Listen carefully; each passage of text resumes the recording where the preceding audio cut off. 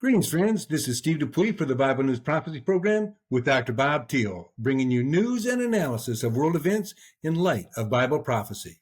Dr. Thiel, President Trump's position on the Ukraine-Russian conflict seems to have created chaos in Europe. Where does Europe now stand in relationship to the United States? Well, Europe wants to militarize, and they're questioning their ties to the United States. I'd like to read a headline and some things that were published this week. Here's a headline. Spooked by Trump and Putin, Europe rushes to rearm. Says the European Union, an entity that casts itself as a peace and trade project, is in crisis talks on defense. Along with the specter of a belligerent Moscow, President Donald Trump's redrawing of alliances and aid from Ukraine is driving Europeans to fast-track plans to bolster their militaries, upgrade their arsenals, and ultimately to curb their dependence on the United States. French President Macron said, I want to believe the U.S. will be by our side, but we have to be ready when that's not the case. And they're trying to figure out what to do. They're going to embark on a military buildup that they haven't had in decades. Here's another news item. EU leaders seek security within the bloc without the U.S. EU President Ursula von der Leyen declared, this is Europe's moment. We must live up to it. When she unveiled an 800 billion euro plan to rearm Europe. It's called Rearm Europe.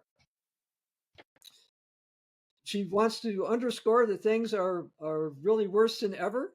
She's telling people that the continent faces, quote, a clear and present danger on a scale none of us have ever seen in our lifetime.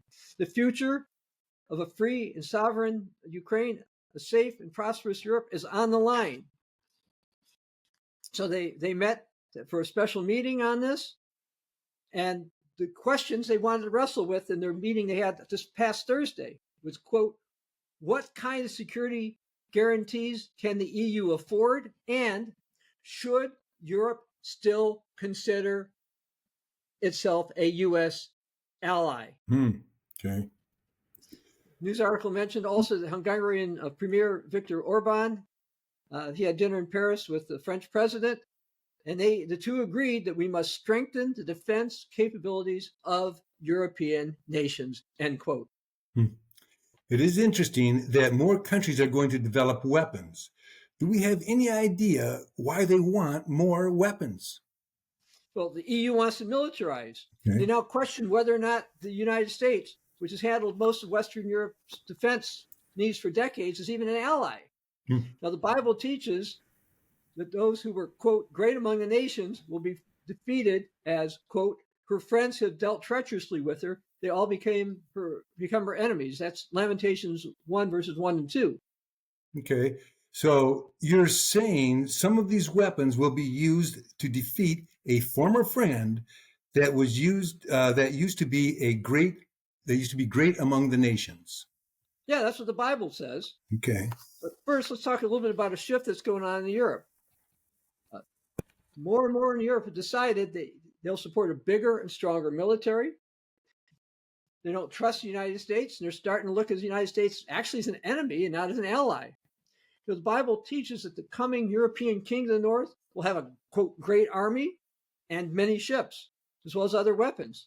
Furthermore, many European leaders have called for independence from the United States. European calls to increase European military spending are consistent with helping the stage for various biblical prophecies to be fulfilled. Tell us a little bit more about these prophecies. Well, once certain ones are fulfilled that are in Daniel chapter 11, for example, the world's going to marvel. And we read about that in the New Testament. In Revelation chapter 13, starting verse 1, John says he saw a beast rising out of the sea.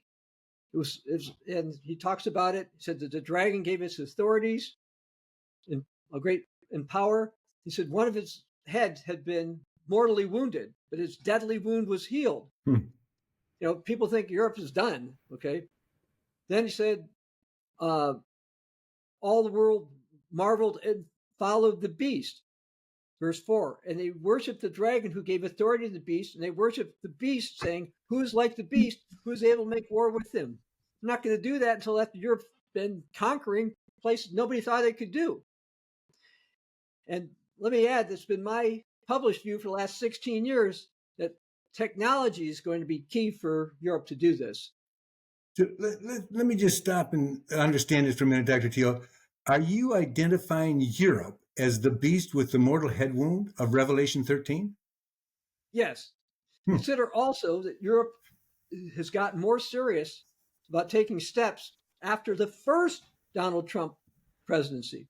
Within a month of his election, they started to form something called the Permanent Structured Cooperation, also called PESCO. That's a multinational European military alliance. And now almost all the EU nations are part of PESCO.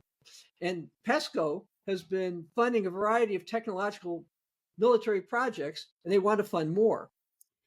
Can we assume that these technological projects that they're funding are defensive in nature?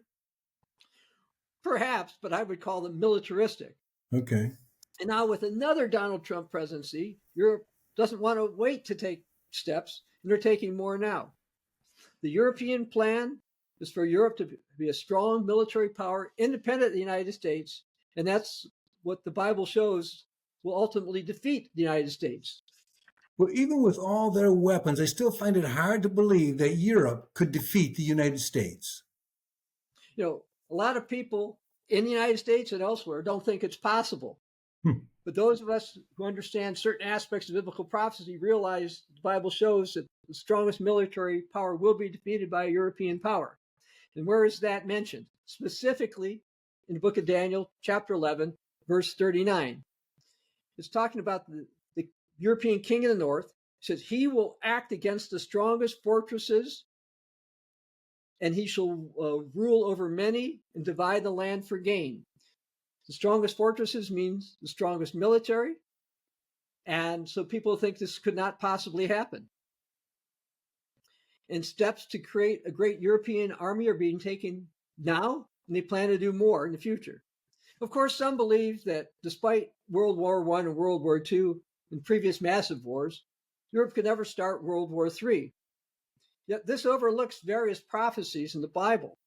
I'd like to go to one in the book of Isaiah, Isaiah chapter 10, and I'd like to read this from the Old King James Version of the Bible. We read this prophecy starting in verse 5. O Assyrian, the rod of my anger, the staff in my hand of my indignation, I will send him, this is God speaking, against an hypocritical nation. Against the people of my wrath, I'll give him charge to take the spoil, take the prey, and tread them down like mire in the streets. So, massive destruction. You say, well, Europeans don't really want to do that. Listen to what the word of God says in verse 7. Okay.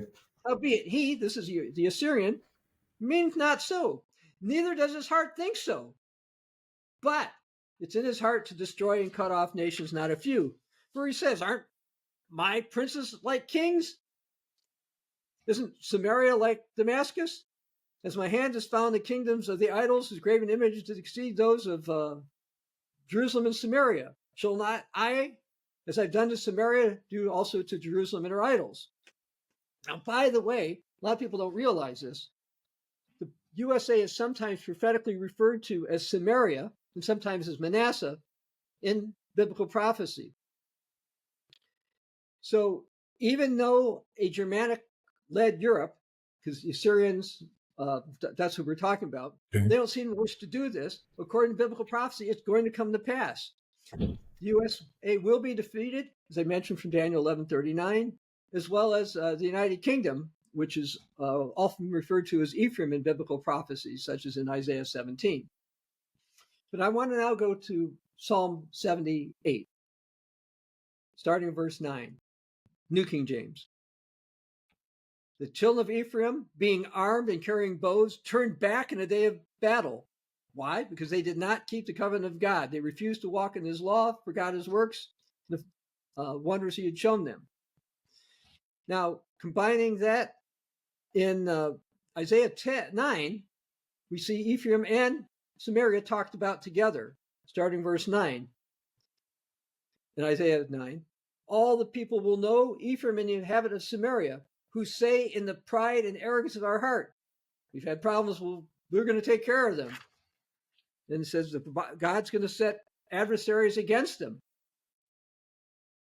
And it says, the people, verse 13, for the people do not turn to him who strikes them, nor do they seek the Lord of hosts. Therefore, the Lord will cut off head and tail from Israel, palm branch and bulrush in one day. The European beast will be very destructive. And yes, there's prophecies for the United States and British descended people to be destroyed. The European beast will be destructive in what way?